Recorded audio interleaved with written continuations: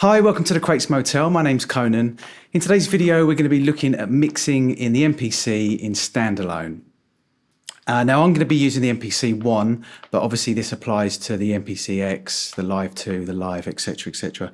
Now, in my last video, I looked at sampling into my MPC, and I touched on mixing in standalone on the MPC. And since then, I have had a ton of questions from subscribers asking, for some tips and some tricks on mixing in the MPC.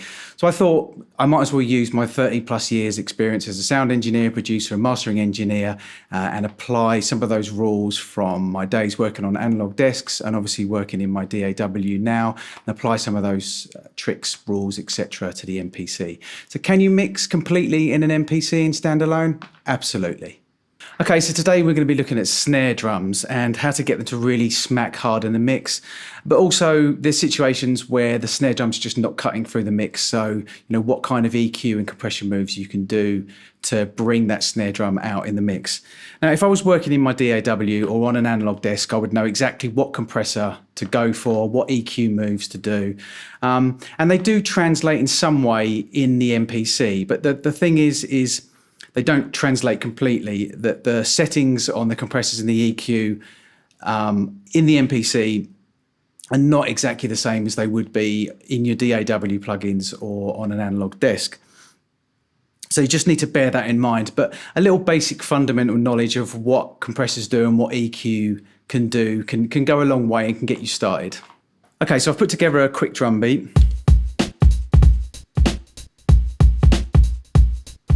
Pretty standard stuff, kick, snare, hi-hat. Now, initially, I have done a little bit of work on the mix bus, which is just a bus compressor. It's not doing an awful lot. It's just really gluing things together. As you can see, I've got fast release, slow attack, so I'm not crushing anything. And then ratio is only at 5. I'm not really sure exactly how that corresponds on a compressor. I don't think it's 5:1. It doesn't seem to be anyway from my ears. And then I've blended it. I haven't got the full signal, but really the whole point of it is just to kind of glue the whole mix together.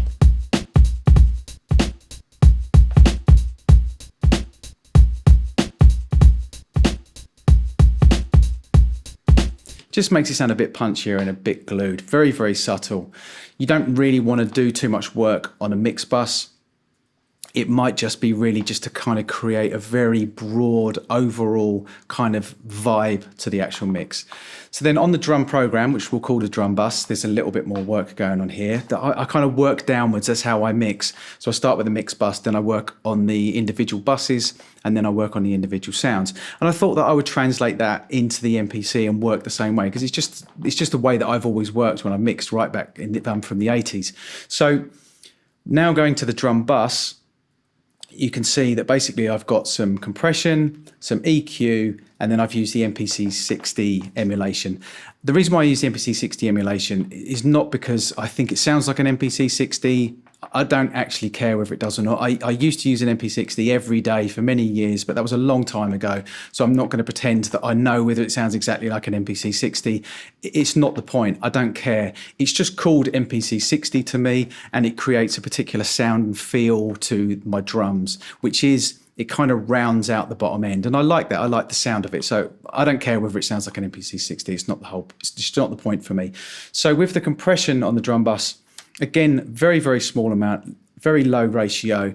It's just a tickle of gain reduction.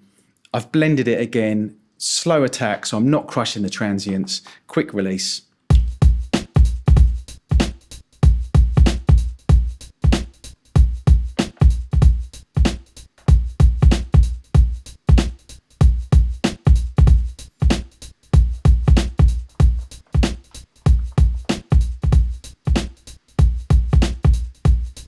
So you can hear it being affected a little bit more when I bring the threshold down, but I wouldn't do that much because I don't want to start shaping the sounds of the drums. When you bring the threshold down, you start rounding things off, and that's not what I really want to do. So just a tickle, literally 1 or 2 decibels of gain reduction. Now, one thing you'll probably know about the MPC if you use the effects in it is there's no auto gain compensation or anything like that. We're used to it in DAWs, but you don't get it on the effects in the MPC. So you have to use your ears and not be fooled. and you can adjust obviously the output. I'm getting a couple of decibels of gain reduction, so I've brought the output up by a couple of dBs. That way I'm not fooled by the jump in level. It's not perfect, and it's not going to be perfect, but it's good enough. I trust my ears, and it gives me enough of an idea, enough balance. I'm not fooled by it basically. So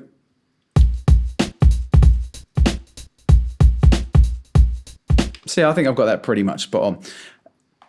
But the point of the drum bus, again, very, very similar to the master bus or mix bus, is just to kind of just glue things together, just to give it a little bit of a vibe, but not do too much. You can, of course, there's no right or wrong here. You can crush it to death if you want to, but I don't want to do that today, because the point of this video is to show you how to get that smack in a snare drum, and you're not going to get smack in anything or punch in anything if you're crushing it to death. So the point with the mix bus and the drum bus is just really to glue things together.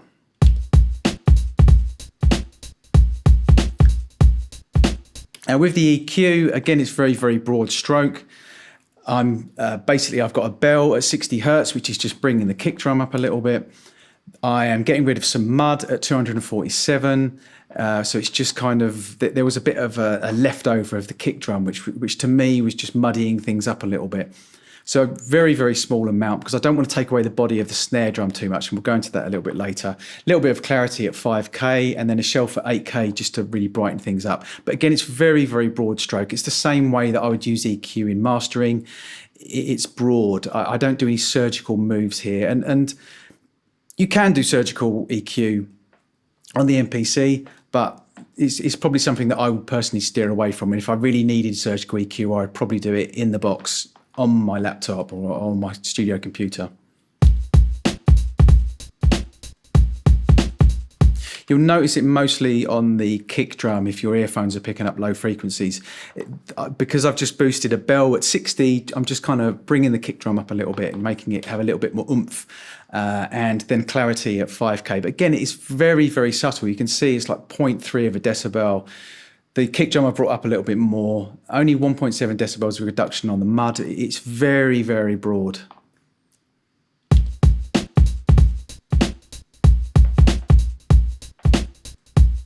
But it's really nicely rounding out the kick drum for me. And then, of course, we've got the MPC. Now, like I said, the reason why I use that is it just gives a bit of girth to the low end, and I like the sound of it, the MPC 60 emulation.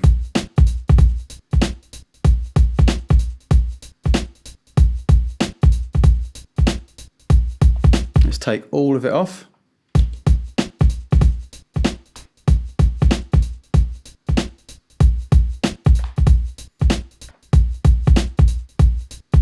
That's, I think, when you notice it, when you take all of them off. It's lots of little subtle moves for the greater good. So let's just do that one more time. Let's listen to it with everything off, and then I'll bring everything back in. And obviously the levels are not exactly right. There is a little bit of a jump in volume, but not very much. But you can just hear everything it brings out the clarity, brings out the bottom end, and it just glues everything slightly.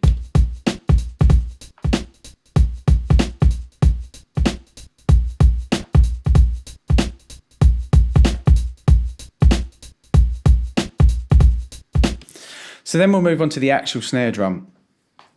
Now with the snare drum, the point of the video, I want to bring out the punch to the snare drum. I want it to have some real snap, because sometimes, you know, it can get lost in the mix. You know, there's a lot of frequencies in snare drums that will clash with other instruments, but you know, especially in hip hop, and also in a lot of club music with claps and snare drums, you want them to really stand out in the mix, and you want them to sit nicely on top of the kick drum. And also a way that you can do that is to add some snap and some punch to it, using some compression to shape how the snare drum is, and using some EQ just to bring out some of the elements of the snare drum. So initially, if I was working in my DAW, I would know exactly what compressor to go for and to create that kind of punch. But I don't have that compressor on the MPC, so I have to use my experience from bringing out snare drums in that kind of way. I have to use the compressors on here. Now, I've used the air compressor.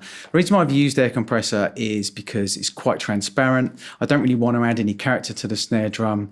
With the vintage, the Opto and the VCA, great compressors in the MPC, but they do, you can add the old school element thing to it just to kind of, I think what that kind of does is round off the highs. But I don't really want to do that. I want to use the compressor to shape the snare drum and not actually really add any character to the snare drum. I can add character to the snare drum at any point, but initially I want to get the shape of the snare drum. So I'm going to use the compressor to do that.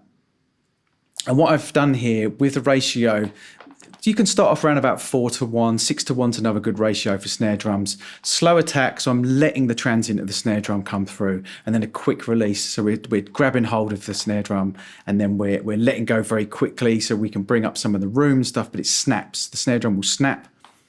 And a couple of dB of gain reduction. I've got the mix 100% in this case, but you don't have to. You can roll it back a little bit and use parallel compression.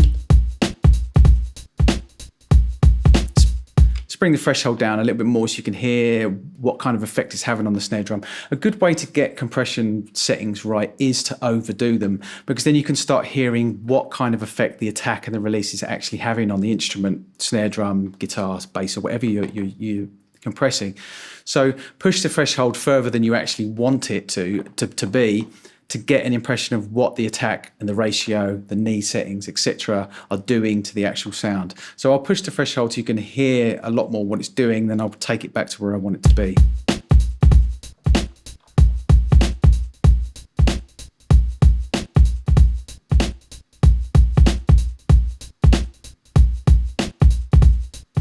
So there you can hear that it's crushing the snare drum a little bit too much, which is why I had it round about on 21, couple of dB of gain reduction, but it's letting the transient through, quick release, the ratio 4.1, so it's quite, it's not a really harsh ratio, but it's a ratio that you perhaps wouldn't use on a mix bus. So you are really having kind of an effect on the transient and the way that the snare is being affected by the compressor. It's snappy.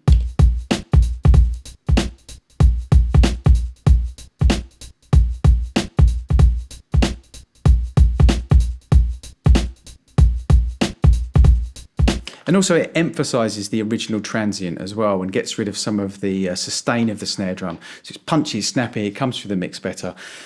So another thing that I've been doing on the MPC with snare drums and with instruments with quick transients that I want to be punchy is using the transient designer. Air Transient, it's not the best transient plugin in the world.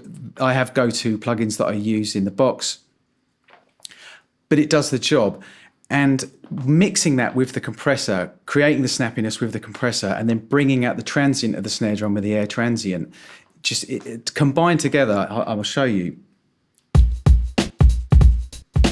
So that's without, and then I'm going to drop it in.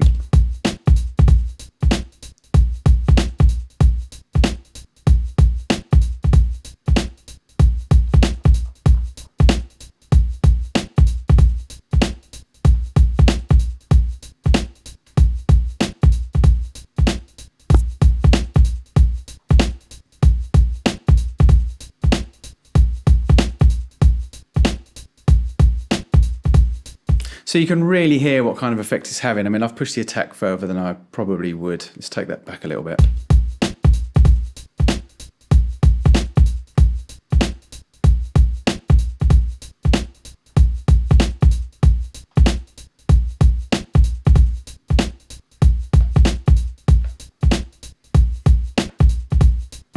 See, without the transient designer, the snare to me sounds kind of like that. That's the best way I can describe it. It's kind of got a bit of a rounded shape to the front of the snare.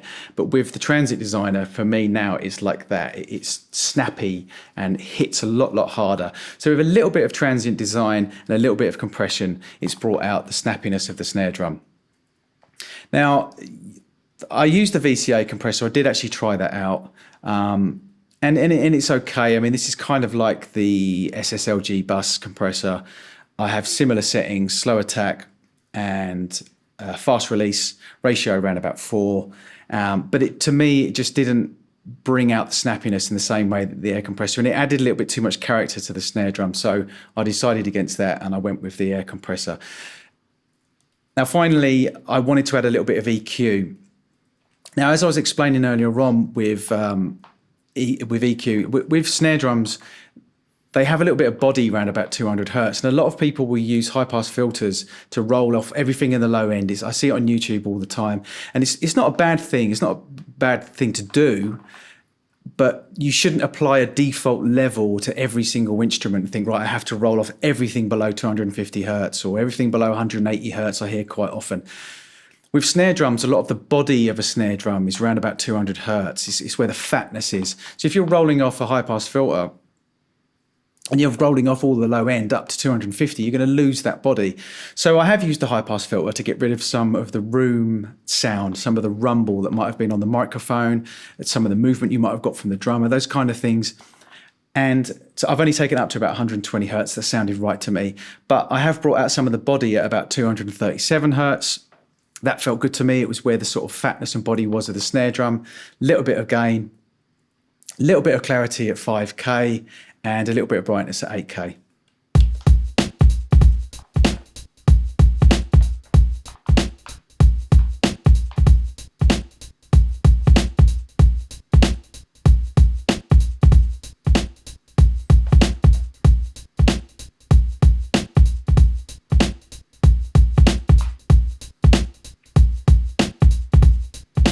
So it's all very subtle, but they're little moves of each individual effect on the snare drum combines together with the compressor, the transient, and the EQ. It all brings the snare drum out into the mix where I want it to be. So I'm going to turn the effects all off and on. You can probably hear the effect better.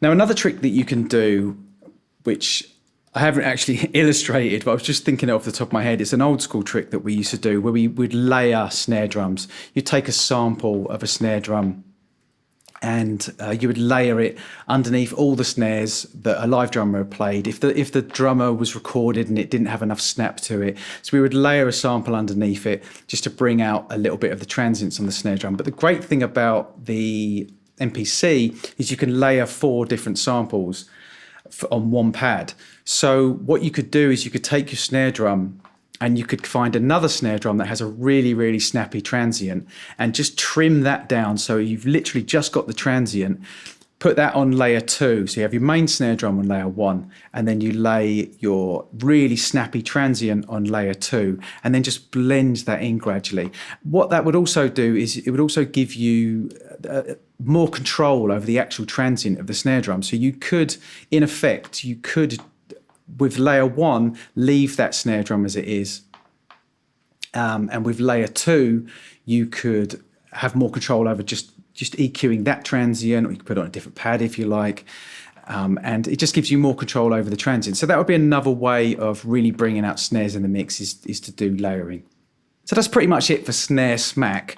Now, I would encourage you to not stick to exact settings that you might have seen that I've done or that other people that have done. They're a good jump off point, and that's what I really wanted to do here, was to give you some inspiration. You can look at what I've done with snare drums and maybe take those and then just, craft the snare drum. Every snare drum is going to be different. So that's why, one preset is not going to work for every single snare drum. But it's a good start off point. Think about compression, the attack and the release. Think of how it's affecting the initial transient of the snare drum. And then think about using transient design, which will really give you some real punch right at the attack on the start of the snare drum. And you can also play with the sustain on transient as well. That can bring up a little bit of the room, a little bit of sustain in the snare drum. But if you really want snappiness, you probably don't want to play with the sustain too much. Maybe you can go into minus if it's got too much sustain on it, but just bring out the attack of the snare drum with transient, and then just, a little bit of EQ if you want to bring out some of the body of the snare drum and some of the clarity of the snare drum. So I'll definitely be doing some more videos on mixing inside the MPC standalone. So if you have any questions or any requests, any ideas, any particular instruments you want to know about how they should be compressed or EQ'd in the MPC, please leave it in the comments below and I will endeavour to make a video that might give you some inspiration on that. But thanks for watching. Please subscribe for more mixing and mastering tutorials and reviews. This is the Crates Motel. My name's Conan. Till next time.